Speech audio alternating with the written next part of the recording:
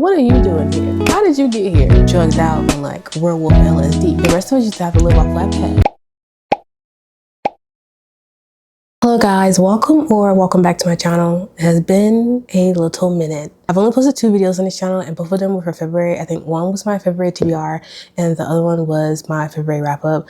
I skipped both March and April, but we're not going to talk about it. I had like just a small smidgen of doubt of whether I wanted to continue like doing this because I've never actually been on the internet before, but I'm going to continue. So without further ado, I'm going to go over all of the books that I read for both March and April. I think combined, I read about, I read 8 books in March and I think I read maybe 10 books in April. Let me count because I have my notes here on my phone. I wrote all the books down so that I could discuss them and remember them because it is May right now and I got bad memory, y'all. I think, let me count. I read 9, 10, 11, 12, 13, 19, 20, 21. So between March and April, I read 21 books. So I'm going to go over all of those. I'm going to start with the books that I read in March. And I kicked off March. I actually finished a book that I started in February that was, I think, on my February TBR, but I didn't finish it in February. I finished it in March and I have it on my shelf.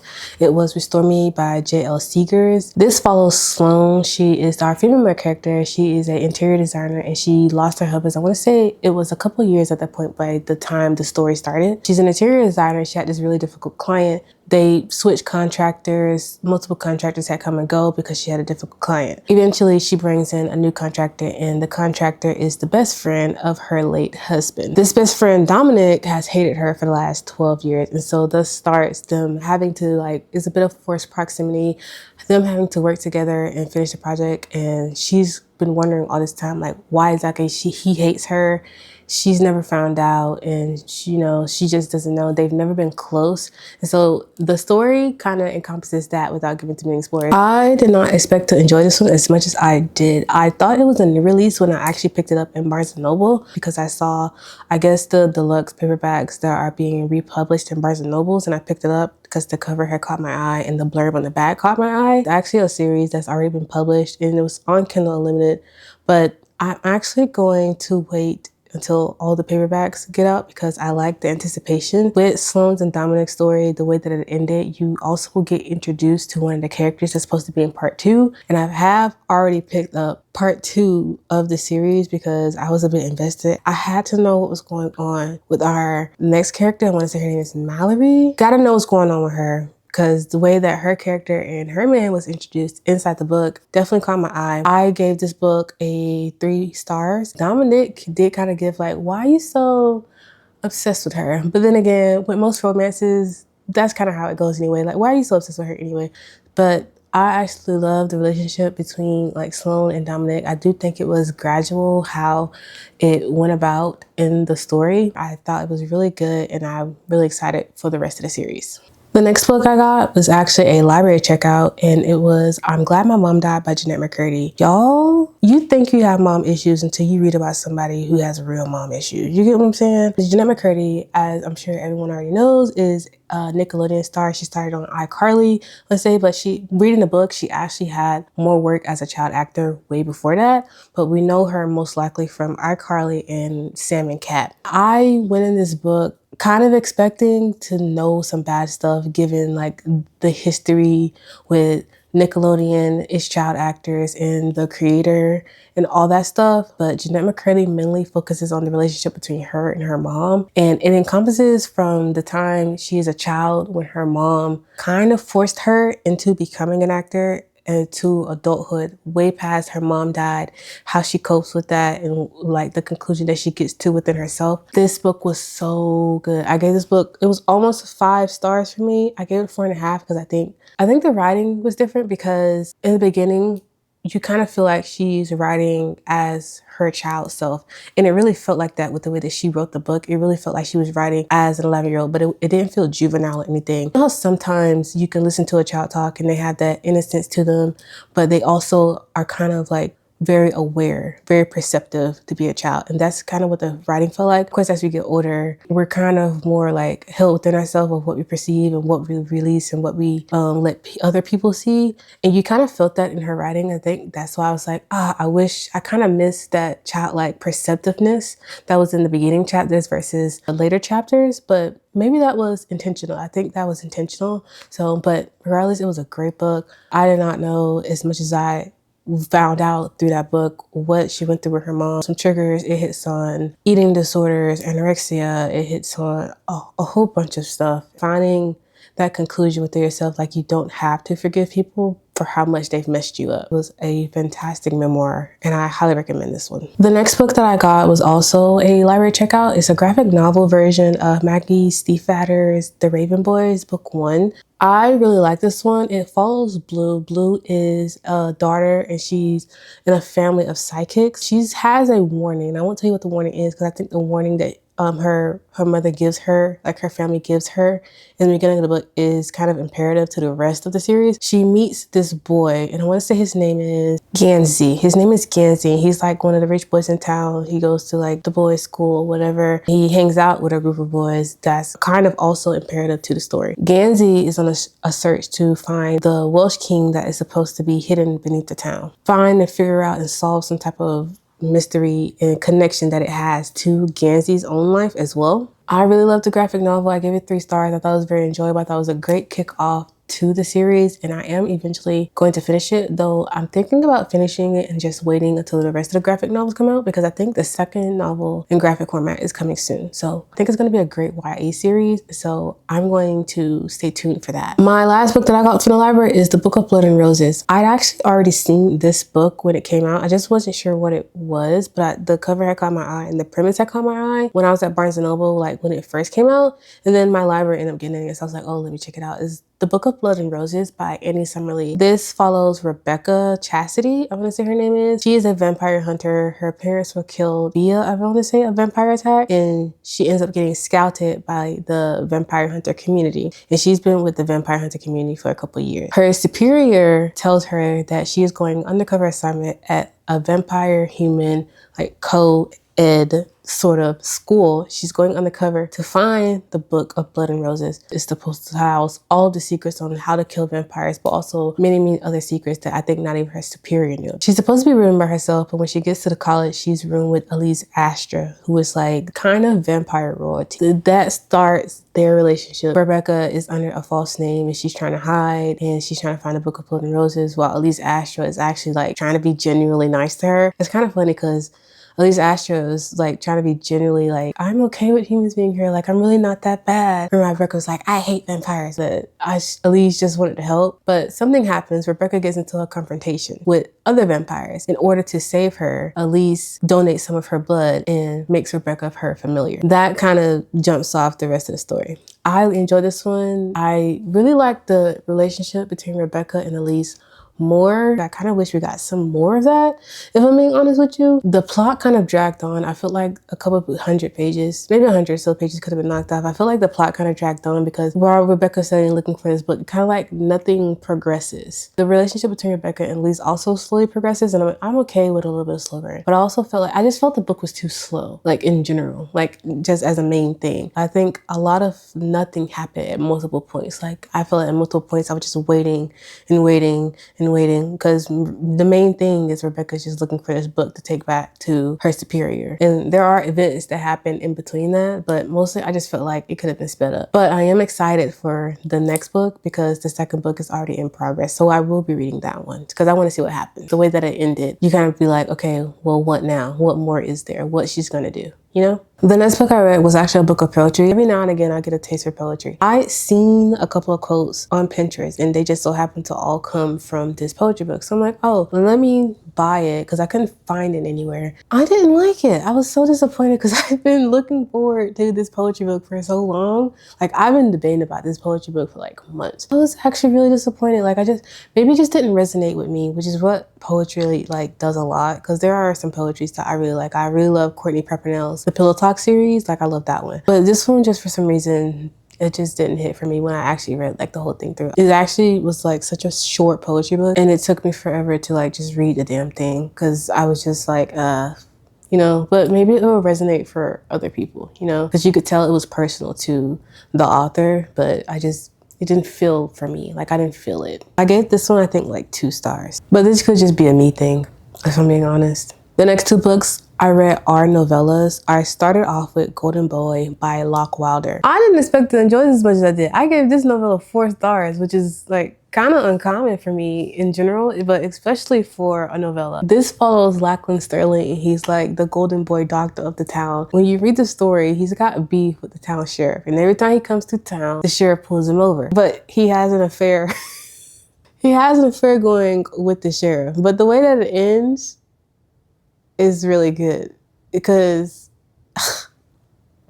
the way that it is really good. He's got an affair going on with the sheriff who hates him and whatnot, and they just have an affair on the side of the road every time he comes through. It's a bit more than that once you like read the rest of the story. I really enjoyed this one, and I'm waiting for Locke Wilder to, I think, publish another novella. If I remember the name of it, I'll put it on the screen. When I find the name of it, I'll put it on the screen, but I am waiting for that to come out because I read the synopsis and I was like, you know what? I enjoyed the first novella. Let me read another novella by this author. It's not often that I find novellas actually, or like go seeking out for them, but sometimes I do just want a short read, which is what propelled me to read my next novella, Dominant Alpha by MJ Kim. I didn't enjoy this one as much. This one follows like an alpha MC, basically born to bottom, forced to top. That's it. That's the synopsis. No alpha can top him because he's an alpha and he can't get his rocks off. I gave this one 3 stars or maybe 2 stars. I gave this one 2 stars because I didn't enjoy it as much. I think I enjoyed the last novella so much that when I read this one, I was like, didn't scratch the same itch that I wanted it to scratch. So that ended my novella journey. I ended March off with a graphic audiobook of Iron Flame by Rebecca Yarros. It's the 2nd book in the Empyrean series. I don't get it. I didn't enjoy this like almost at all. We got, and I've said this in like all of my reviews, we got like more than halfway through the book. And mind you, I was listening to a graphic audiobook, but I was also like reading it via Kindle, or tried to read it via Kindle. For some reason, these books are very hard to like, for me to like read. And that could just be like a material issue. They're just better graphic audios than me putting my eyes on the page. It's such a drastic difference between reading Fourth Wing and then reading Iron Flame that I completely understand all the people who said that this is their least favorite book in the series so far. Fourth Wing I actually could have read because I think I read some of Fourth Wing, but I preferred the graphic audio. Iron Flame, could not read this book without the graphic audio at all. I don't know how y'all did it. Kudos to y'all. But I did not like this one. I think I gave this one like 2 stars, 2.5 stars. By the time I got to page 600 in the Kindle format, I was like, okay, is anything going to happen? Or are we just going back and forth, back and forth? You're in a relationship, you're not in a relationship, you want to have sex, you don't want to have sex. What's actually going on here? You're trying to do this, you keep trying, but you're failing about it. Really, she only failed like twice. She only failed 2 times. But it took you 600 pages for her to do those 2 times. The main point of this one, I feel like, was research. And I would have enjoyed that. But I feel like everything that was researched and found out was kind of already implied to be known with the first book. Except for like a couple of things with like the barriers and like things like that when you find out. You really only need like the last 250 pages, maybe 300 pages. The rest of this, you don't need it all. You don't need this at all. I didn't enjoy this much, like at all. So I give some 2.5 stars. I feel like it was such a waste, honestly. Like I could have got this as like a short side story to Fourth Wing, and she just told me all the pertinent information, let Violet and Xaden have sex 1 or 2 times, and then boom, we're done. We're done. That's it. That's it. That's all that happened. Those were all the books that I read in March, and so I kicked off April with a volume of Wet Sand by Doyak. It's a Korean manhwa, and it follows Ian, TJ, and Joseph. I think it was officially marketed maybe as like a love triangle mafia romance. Ian and TJ were technically already in a relationship, but they've been broken up for some time now because they were both in the mafia, and Ian wanted to get out of the mafia. It's not doing anything for him anymore. Joseph is home with his aunt in his like, you know, temporary apartment because Ian is also debating on leaving officially and like going across the country, officially like leaving TJ and all those things. I did go ahead and like read all of Wet Sand that was officially out. And I think as of now, the manhwa has officially ended. I did go ahead and read all of them and like I think I could only log up to like the first 5, but I am planning on buying the paperbacks, and so I'll just mark them as reread as they steadily come out in paperback, because I have 2 paperback versions of them. I have volumes 1 and 2. I think 3 is on the way. I give Wet Sand, the series a whole, as like a 3.5 star. I feel like I completely understood what Doyak was trying to do. I was not mad at anything, and I did want to say something about that.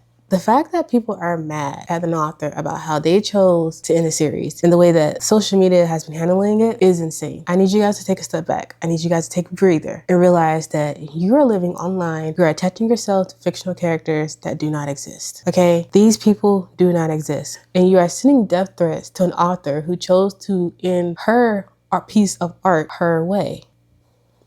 There is no reason for death threats to be sent to an author simply because you don't like the ending. It does not make sense. That's what AO3 is for. The rest of us used to have to live off Wattpad. There are little wars going on between whether Ian deserves to go with Joe or if Ian deserves to go with TJ. I'll say it. Ian should have been by himself. TJ ain't great, and Joseph also is not great. All of these 3 men have red flags. Ian technically is not a great person. He has flaws. And I think the purpose of Wet Sand is to show that everyone has flaws. Like, there's everything going on in here. There's mafia, there's cheating, there's, what is it called? Somnophilia, okay? We are reading a BL. At the end of the day, you're reading a BL. I think you all need to like take a step back and realize that you're just reading a BL. Okay, it's never that serious. You want us to back? Go write it. Simple. That's what pens and papers and laptops and keyboards are for. I personally enjoyed it. I feel like I completely enjoyed like the buildup of everything. I felt like Joel's place in Ian's life was definitely necessary. I think it was one of those things where, yeah, you might call it a plot device, but sometimes some people really don't get it until they see for themselves what they do and what they do not want. And there were definitely points of like Joel's and Ian's relationship that Ian wanted, but you could also tell that there were definitely points of Joel's and Ian's relationship that Ian did not want. I think y'all are missing the point, the fact that Ian liked Joseph for who Joseph was. And the point at which Ian saw Joseph starting to change, that's kind of what you don't want. You don't want to be with someone and they change for you, or you bring out the worst in them. And that goes for Ian's relationship with both Joseph and TJ. I didn't like the ending, but for different reasons. I didn't like the ending because we didn't get enough content. It was so rushed to me. I was like, okay. But I'm happy for Joseph, I'm happy for Ian, and I'm happy for TJ. Okay. To be honest, Joseph looks like he's living his best life with them 2 dudes back there. Joseph like he's living his best life. I feel like y'all should be happy for him. I feel like you should be happy that he got out of that horrible situation, if I'm being honest. And I feel like y'all should be happy that TJ is finally making a step towards being who he should be and like being able to relax from the last 20 years they've been together. Also, Ian and TJ have been together for 20 years. That man ain't going nowhere. That man is going nowhere. He's going nowhere. They've been together for almost 20 years. Where's he going? He took a break. We were on a break! The next book that I read was Reforged by Seth Hayden. It's actually the kickoff to a series that I've tried to start before, but I just couldn't get into it at that time. This follows King Xavrius and his paladin Balin. Balin and King Xavrius are technically ex-lovers and ex-best friends. Balin had to leave King Xavrius when they were younger and discontinue their relationship in order to further along his career in the paladin order. And he was also the paladin to the previous king, which was Xavrius' brother. However, Xavrius became king when his family was suddenly wiped out and he was next in line for the throne. It's technically a political fantasy because there's assassination attempts, there's sowing distrust within the masses to move them against Xavrius, and the whole point of this is to get Xavrius to the throne and keep him there. But there's also so much between Xavrius and Balin. I absolutely loved their relationship. Over the course of the book, it progressed so nicely. I highly recommend the audiobook for this one. The narrator, Gary Furlong, brings the story to life so much. I kind of struggled to get into it the first time I read it, but not because of like the writing or anything. It was simply because to wrap my mind around the fantasy, and I couldn't visualize it. Usually when I read, I can like visualize a lot of stuff, but for this one, it took me a minute to like get to that point. Gary Furlong is a great narrator for this series, and I believe he narrates the entire series, so I'm so excited to like read the other 2 books because it's a trilogy. But I highly recommend this series. It is such a great read. I think I gave it like 3.5 stars. It was a really good read, and I'm really excited for the other 2 books. The next book I read was Hella High Water by Charlie Crockett. I found this one out in the ether. I love a detective novel for some reason when it comes to MM books, and this was one of them that pop up. I especially love a detective novel that's got shifters in it. This follows homicide detective Dexter. He is actually actually kind of being kicked out of like the human police force for a testimony that he get against his fellow police officer. His fellow police officer shot what they call Therians, which are the shifters in this universe. He wrongfully shot them during like a police arrest, and instead of like going along with the plot, he was like, no, he's wrong. He gets a promotion to the Therian human, what they call thirds, their police force. It's a combination of Therians and humans within that building, and he gets a promotion to them to work on like their top level detective unit. There he meets Therian. He's a jaguar shifter,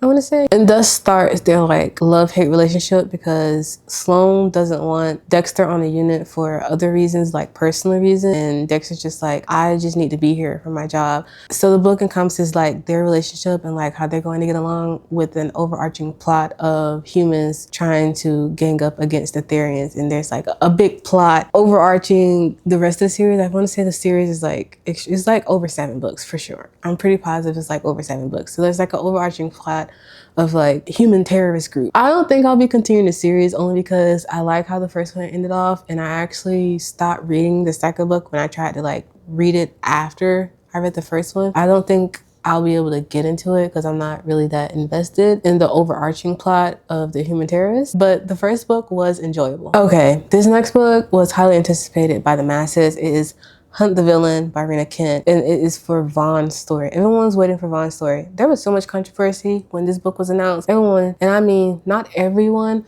but majority of people for some reason were so upset that Vaughn was gay. And I'm just like, or bisexual. And I'm just like, such a small thing to be upset about, but I digress. This follows Vaughn and Julian's story. And if you know Rena Kent in the Legacy of God universe, you kind of already know what this is about. It's some mafia shit going on. It's mafia stuff. It's mafia stuff that's going on. I enjoyed this one. I will say, did she try to reheat God of Fury's nachos? Yes. She kind of succeeded, but everyone is eventually always going to pick Brandon and Nikolai. But I enjoyed Yulin the most, but only because he was so Nikolai coded, and I love Nikolai down, okay? I haven't read the rest of them though, and I feel like if I read God of Malice, then I'm gonna like the MC in God of Malice. I forgot what his name was. I gotta forget what his name, because he's like the worst one.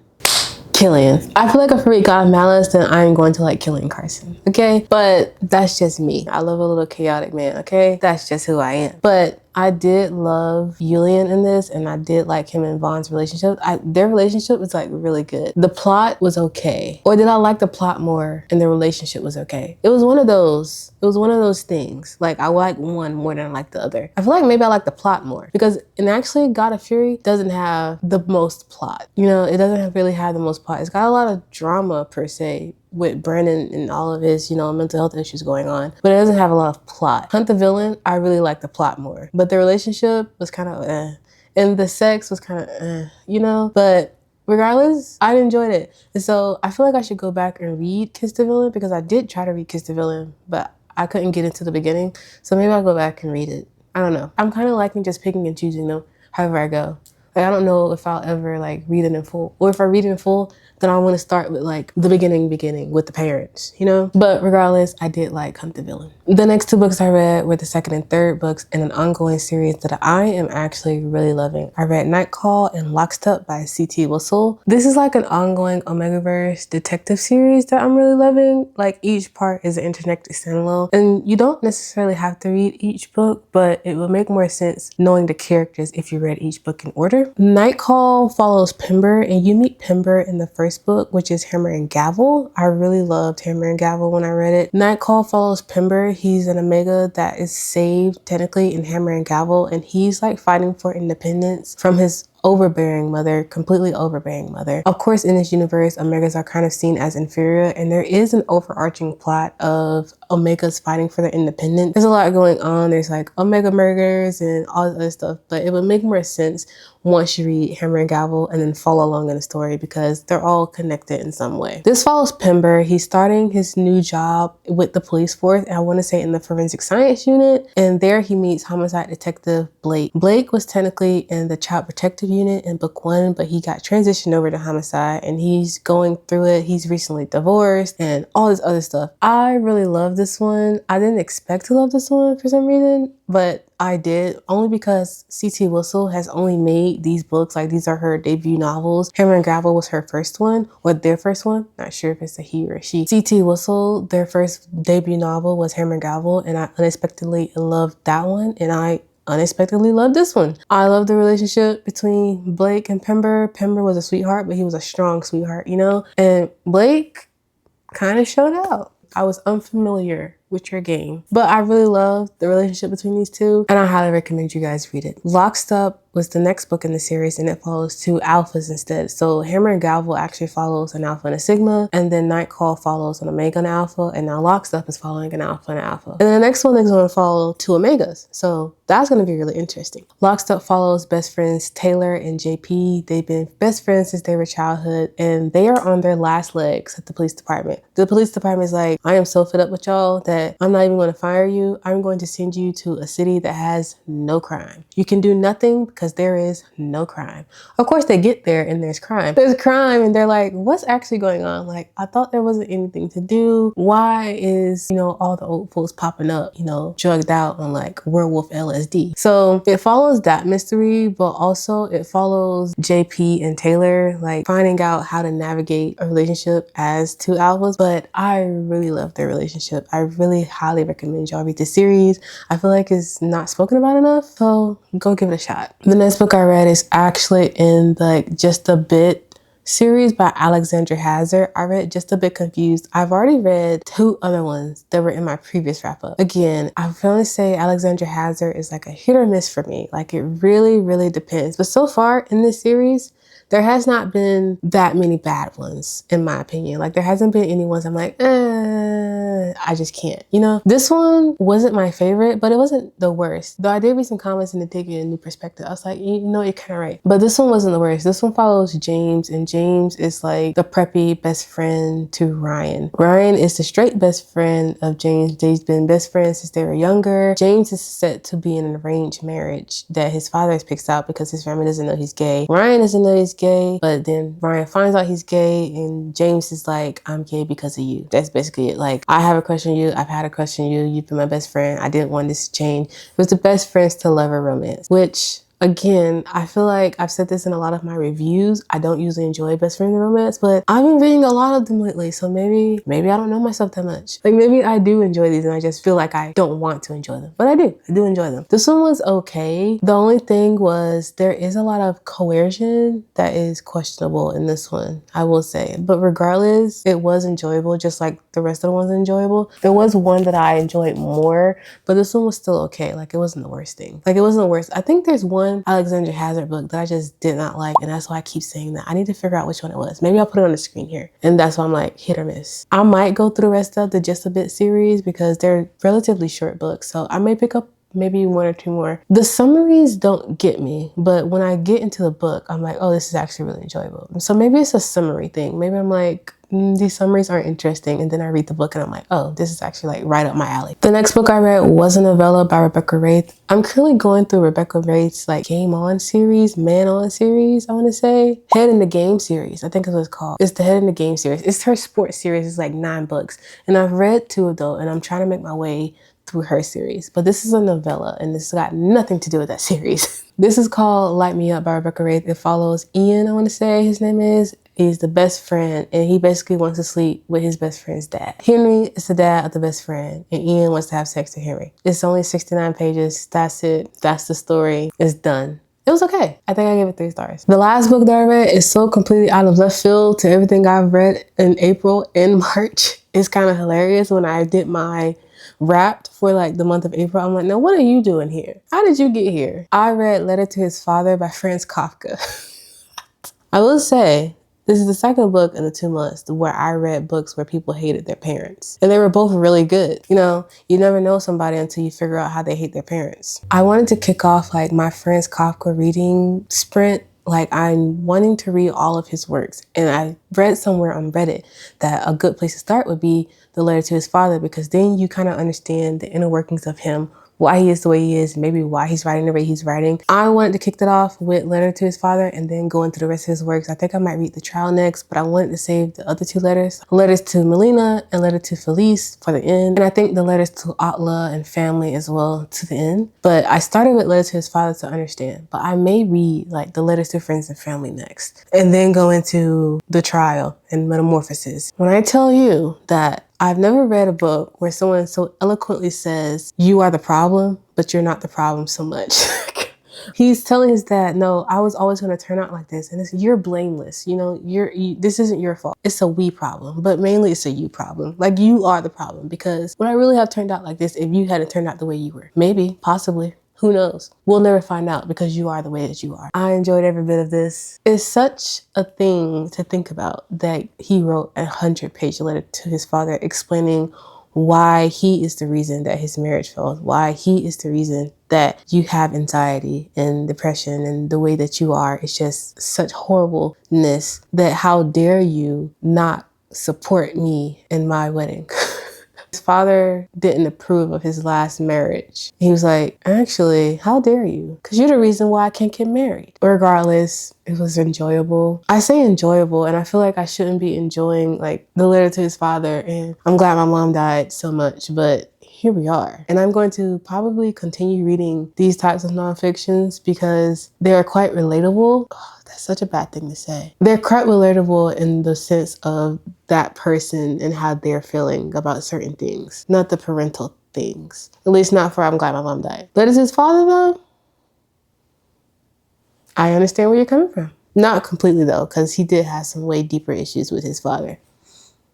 Ooh, that was so out of left field. Anyways, this was a good letter. I highly recommend y'all read it. And yeah, that's how I ended my April. That wraps up all the books that I read in March and April. I'm so happy that y'all tuned in. If you did, like, comment, subscribe. Tell me what y'all want to see next. And I will see you guys next time. Bye.